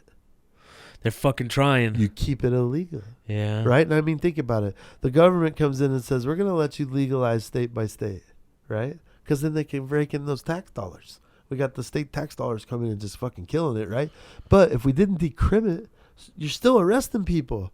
You're still putting them on probation. Yeah, you're and they're still making money off of double that. dipping. Yeah. Both ends, right? Yep. Yeah, So no. in one breath, you're saying that it's non-lethal, non-dangerous, none of this, and it's helping people get better. But if you have a joint over your allotment, then you're a felon. You've broken a law bad enough that you should go sit in jail now. Yeah, that's How ridiculous. the fuck does that make sense? I mean, Doesn't. honestly. It doesn't. There's nothing but profit behind that. There's no explanation other than we're stealing from So you don't think federally it'll ever be legal? I'm not saying that. I don't think they can stop the momentum. I just don't know what it's going to look like. Yeah, you it think could it'll be, be in our it could be lifetime? It worse. I do. I mean, honestly, we're this far. We're Yeah. already at a 50%. I'm pretty shocked how far it has gone. Yeah. I never thought it would be like this in my lifetime, no. for sure. Yeah, you asked me that question 10 years ago. I laugh at you. I was still in prison fighting pot charges. So, no, I never Yeah. thought we'd be this far. But now I also see that, there's over half of these states that have legislation or legislation filed. I mean, what are they going to do? What happens if everybody that starts getting all these charges decided to go to trial? Decided, you know what? You want to fuck with us and you want to fight and charge us with stacked charges on some shit, then let's go to trial. Are they going to try us all? The problem No. is how do you do that when it's you in that position? That's the problem. I was looking at 127 years and they offered me a 2-year plea. I balled it up and threw it. You think the 100 people in support for me and my attorney didn't shit their pants? I mean, literally, my lawyer looked at the judge and said, "Time, ma'am, can I take Time? I need a time." Like He asked that, for like time one out. He was Is before. can you do that? He did. He got a timeout. He said, "Your Honor, my client and I need to go in the hallway and have a discussion." I felt like I was getting grounded by my pop. Oh, He was like, fucking A. we get outside and he looks at me and he goes, "Son, I don't think you understand how this works. You're a big tattooed guy. You're going to go to trial and they're going to convict you just because of the way you look, because all your background, all the bullshit that comes in with it, they're going to convict you." They're waving the white flag right now. They're telling you that you win essentially. And I'm having the hardest time What was your swallowing thought that. process when you made that decision? I'm- Just fuck it. I wasn't going to sign it. Let's go to trial. If you can Yeah. convict me for selling shit to a cop when I had nothing to do with it, let's rock. Yeah, That's how I Yeah, felt. that's Let's go cool. to Yeah, trial. fuck yeah. And my lawyer looked at me like, it's not fair like that. It doesn't work that way. You're going to parade all your people in here. They're going to tell all your stories and it's going to sound wonderful. And the same 14 people that indicted you are going to be the same 14 on that panel, none of which are going to be your peers. No pot smokers, no tattooed bikers. You're not going to have none of that shit. And they're all going to convict you. And when you get to 10 minimum, maybe 30, and you call my office every single Christmas crying because you can't go home, I'm not going to answer you because you have this chance to take the plea bargain. Fuck. How the fuck do you walk from that? Like I'm shaking. Like, so you want me to walk in here and admit that I did something wrong and I did nothing wrong? You want me to take the just so I can go home? He goes, "Big picture, son. Big picture. Go write your Ooh, book. That's heartbreaking. Go write your book. Go do your documentary. But go the fuck home." And you know what's crazy is I took all of his advice. I did everything he said. I wrote my book. I did my docu, and he died before the book released. Oh man. He passed away in May before my book came out. So he was one of those driving forces behind it, and he didn't even know it. And I'm mad at him. Like, you're supposed to be my lawyer. You're supposed to fight for me. And literally, he gave me probably the best advice I could have had right then. He looked right at me and said, "You want to go to trial? We'll fight. I'll go in there with you if that's what you're telling me to do right now, Chris, and we'll battle. But you're not going to win. Yeah. You're going to lose. You're a biker. You're a tattooed be a biker lot of money, in Prescott. costly. He goes, even money. He was, honestly, he didn't take cases like mine. He only took cases like mine. He wasn't a public defender. He was one of those guys that, he could pick which case he wanted after being barred in 4 states. He's 87. He's been down that road. He chose my case. He pulled it out of the file and said, I want this one. So when we got the private investigator involved, which was his best friend, he was an ex-sheriff. The guy had some issues in the same county, so he was chomping at the bit. He's the one who found out all the guys that raided me were in a club. He found out they'd been on a Brady list, that they had planted evidence on other cases. They lied to the grand jury to get indictments. He found all of it. That's why we did this. That's why the book. That's all on the doc too, right? It's all on. They chopped it up a little bit more than I'd like, but I think the next thing is a fucking feature film, dude. Seriously, that's some crazy shit. Well, That's something. Has a happy ending and a good story. You know what I'm saying? So that's a fucking feature film, dude. That could be next. You never know. Yeah, that's what I see. When's so you said the everything's gonna be hitting the stores here soon, a couple days, right? Yeah, 2 days. The book's out now. One Life. You can get that book in any one of my stores here in Phoenix and Chico, California. We have a store, or you can go online. You can go on Hatersmakemefamous.com. You can go on hempfulfarms.com. We have that book available now, and the Convicted Creations cookbook's available. But the documentary, we spent a year building it, a year distributing it. Thank you, Nandar Distribution, for picking it up. We signed a 5-year deal, and she is rocking it. She got us out on Walmart.com, Amazon.com. What did we just hear? Oh, BarnesandNobles.com yesterday. It sounds like, and what could be next could be HBO hits us. Who knows? Maybe a big platform says, man, this is, and with the quality that they did it in, I mean, they made us look good. Really, they did a really good job telling my weird little story. So it's a great story, man. We'd love to have you on more than just this one time, man. Yeah, anytime. I also do a podcast. I can bring. I'd love to have you guys come on. Fuck yeah, we'd be honored. I have bro. a podcast called Haters Make Me Famous. Shit. Named after the documentary, and I pretty much I bring. My main goal was to bring the people on that everybody wants to rip apart at first. It was like, I'm going to bring in the deputy wardens, and I'm going to bring on the. Oh, that's cool. But then it's transformed into where I brought in guys that have done 20 years that. For cannabis, I've got one guy did 8 years in the hole. We brought. I think that's very important, much more important than what you were thinking to begin with, man. Let this help. So how can people find that? Where can people find that podcast? Podcast is on Spotify, iTunes, and Star Worldwide Network. So if you remember KUPD when Dave Pratt was online. Rockin' Robin. Well, Robin's my producer. Oh, I know Robin. Coat. Oh, yeah, I know Robin. She's my producer. No way. Yeah, and Dave Pratt owns you know the what? network. I actually been meaning to ask Robin to come on the show. I love Robin, dude. She's inspiring too. You know what? Great timing because she's finishing up her second book. Yeah, that'd be a great promo. I read that book in about 4 hours. I couldn't put it down. Really? She's a powerful woman that has been through some shit. And she's put here for a purpose. Yeah, I met her in the film scene out here because she acts and stuff. Yeah, and so she's awesome. Her and Dave Pratt. Well, Dave owns the network now, Star Worldwide Networks, and I've been on 3 shows in the network up there. So I've been in the studio. I was familiar, and then I was invited to a luncheon with Dave Pratt. And just to see if podcasting was something I'd want to do. And I don't know the first thing about this thing other than I get interviewed all the time. And then when you put me and my wife together, we have this crazy dynamic. We have this, we're just funny. Like she's funny. She's a little tiny cute tattooed redhead that is very sharp tongue, man. Like I can't say too much without her just popping on me. She's really, but the dynamic works on radio. It works really, really well. And how's she doing now with all this being behind her? Because she went through some hell too, right? I just try to lift her up now. I try to make it to where she doesn't have to work like she did before. That's my main goal now. I don't want to say she's healed from it. I don't think any of us ever heal from it. I think we've worked through it. We'll always have that little bit of pain and PTSD in the background, but we work great as a team and turning that into positive energy, and honestly, she drives me more and more every day to just be better. That's fucking cool. I went to an expungement event, and she joined me, and I was the only felon there. I thought a lot of felons would come and want to learn about expungement, but no one else did. She showed up with me, and I ended up being the main speaker when I wasn't planning to be, and it was a tech group trying to work on an app so people who get out of prison can find their case number and go just get all the things that are affiliated with that. You get out of prison, you don't have anything. Yeah. Like, okay. Yeah. Now You're what? lost. You got to find your case number. And once you get that, then you got to go, it's just a pain in the ass. And these guys are really trying to help us. But what they didn't understand is that felons don't want to come hang out with you. You're a bunch of lawyers. Like, Yep. we've already done all that. We did the lawyer court thing. Like, we're a little sketchy sitting in this room with you people. So I came to just try to, I guess, bridge the gap. Like, tell them what felons need. And have them tell us what they're looking for to fix this app. So networking is I think the number one thing here, whether it be cannabis, hemp.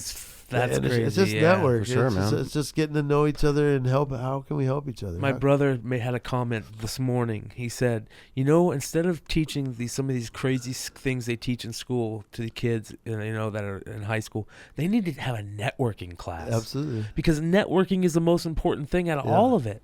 Networking, and I think trade skills. Yeah. Especially nowadays, because because people have no social skills None. they don't leave the house and they're so glued to their fucking video games. No, and their social shit, media so is allowed. Social media and stuff. It's allowed for the ability to not be accountable. Yeah. Exactly. I can say whatever I want and block you. Like, yeah. Well, what happens when we run into each other in Circle K, homie? Yeah. Like, And it will happen. Yeah, it will so- happen. Yeah. Murphy's Law is a real deal. Yeah. Actions have consequences, whether they're the consequences that you like. That's right. So, Well, and I agree with you. I think networking is huge, as long as it's surrounding yourself with greatness. Yes. It's Hell good people networking for sure. oh yeah, we appreciate you coming on. Yeah, man. I really Thanks for appreciate you having coming me. on, taking No the sweat. time, and telling your story. It's Yeah. very inspiring. How'd you like that GMO? Fuck yeah, man. I'm fucking on another planet. Yeah. It's fucking awesome. I took a bunch of Rick Simpson oil before I sat down, just because I knew I wasn't going to be smoking. Yeah. Yeah. That's, We usually go through a lot of blunts, but yeah, he just got over being sick. So Oh, man. Yeah. Tone it down a Where little bit. let's before we wrap up. Where are your stores here in the valley? we got one at 19th and Bell, 1756 West Bell. It's over there by Jack in the Box, Grease Monkey, kind of Yep. off the beaten path. I grew up a over little in that bit. area. Yep. I hear a lot of that. Like, Yeah. like everyone's left that area. Yeah. And we feel that. Like, Yeah. when we opened, it was a production area, and then the retail came, and then the cafe came. We had to close the cafe a couple months ago just because it was so slow during the Yeah. summer. That heat came in and kicked everyone out. But we're looking to relocate that. We found a couple spots downtown that Oh, we're that'd be kind of awesome. digging. It's just the Yeah. rent. I like the ghetto rent, and I can't lie. When you go to the nice areas, you pay the nice area Yeah. rent. Yeah. So it's hard to afford. We got that sometimes. Mr. Good Sense over there, right? Is Right. that still there? Right. Yeah, that's It my is. favorite Place is bomb. place. Yeah. I used to live over there, so Oh, we were see? just talking about that. Well, and then our other store's in Youngtown. So Okay. we felt like we had a lot of draw from an older clientele in Sun City and Uh-huh. Youngtown. And instead of having them drive 15 miles to come pick up lotion, then we felt Those old fuckers like to get high. they do. Honestly, they do. They what's get ripped. It's really funny. It's, like we had the city out there. We're all talking, and just the stories you hear from the old days. It's like, Yeah. you know what's up. Yeah. I know you're But doing they're- the legal thing, But their stories are you're smoking shit Absolutely. weed. Right. Yeah. You don't want to smoke this, pops. So they're fucking getting so high now, you know what I'm saying? Well, this store is a little different. It has a yoga studio in it, and it also has esthetician lounge and a massage parlor. Oh, that's So cool. it's Oh, all wow. wellness. It's complete wellness. Wendy Croteau is our manager out there, Brian's wife, and she's physical therapist. She trains people to work out and get in shape. And then we have new technology out there called the Mirror, where it's a 6-foot mirror, and it's used for training. So you turn it on, it's digital, it's a complete touchscreen mirror, and you can go live or on demand on 13 different workouts on 4 different levels. So say you want to come in and do yoga, you can pick a on-demand 15-minute workout, do yoga, and she shows you everything on the screen just as if she were there with you. Or you Wow. can go live, and they can see you through a camera, and help you with your form and Holy shit. It's totally. Wow. And we're offering I think they're doing a 5-minute free consult to come out and use it and check it out and just see what you think. I put it in my house because I'm too lazy to go to the gym. Yeah. And I'm too lazy to go to the gym in my house if I don't get told. So this mirror tells my phone, "Hey, fatty, get up, go work out." And the mirror's right there. You walk by me to leave, so you have to. But once I got into it, I felt I've dropped like 32 pounds since I come home from prison. I just felt a lot better, but I was like, nobody knows about this thing. Yeah. So I put one in the store and that's fucking get cool. it out there to people because it's, sometimes it's just a little motivation. Sometimes you just need some person telling you like, come on, let's do this. Let's go. And this mirror is awesome. And I don't have to have 13 different trained, trainers and they're different sports and all this stuff. So it works great. Oh, that's cool. That sounds futuristic as fuck. It's pretty. It was a trip, just make sure you cover that camera at night. Right. And then our third store, our third store is in California. We opened one up in Chico, California. We know Chico well. Really? Yeah. One of our best friends' family is up there in Murder Mountain area. Yeah. So the Humboldt Cure is that's their company, the Humboldt Cure. So Nice. shout out to Joe for That's show. dope. Yeah. That's dope. Yeah, we flew up there because my wife's family lives up there. Okay. Her That's uncle, her aunt. She has a cousin who is a double masters from Chico State. That's where my dad went to school, is Chico. Her aunt was I think she did something in the college. A lot of their family worked It's there. a totally different way of life up Does there. the best man. weed in the world come from there? It was pretty good. I got to tell you, it came from like an 80-year-old guy. I was dry. and short story, when we flew into Chico, I'm thinking California, rec state. Fuck yeah. Plus northern Cali, right? I didn't know. Is it It's northern. Yeah, It's northern. But it's dry. It's illegal. Butte County has voted it out because their wonderful Prop 64, their California law, states that it's a rec legal state, but it also states that each municipality can vote separately. Oh, wow. So Butte County decided that they don't agree with the state law, and it's a dry county for a 100-mile radius. So when I get there, I can't get any weed. I'm calling people. They think I'm a cop. You found out when you got there? That's how I found out. We went there. There must be a lot of counties like that then. I didn't know There's that. a few that are out there Damn. like that. I found this one just because of our family was there. Well, we started talking to everyone. Everyone grows.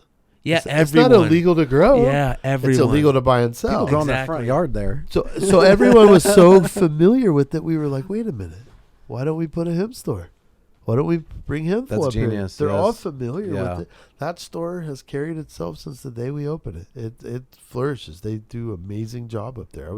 I was kind of surprised. I didn't know what to expect up there, but they do a great job. And we're It probably does even better because it's dry. That in a I think sense, so. kind of, I think right? so I mean, because then at least people can come get the flower, or come get something remotely close to what they're used to. So. That's cool. And then you said you had a couple other stores. Or? We have those 3 stores right now, and then I'm trying to raise some funds to open up a couple more. Oh, yeah, sweet, man. Yeah. Right on. Well, like I said, we appreciate you coming on, man. We'll probably wrap this. Thanks for having me. Up in a few minutes, really quick. Do you have anything else you want to plug or? No, man. That's it. Oh, man. Thanks for running the cam again, Don. And this is the wrap on the Bogcast episode 51.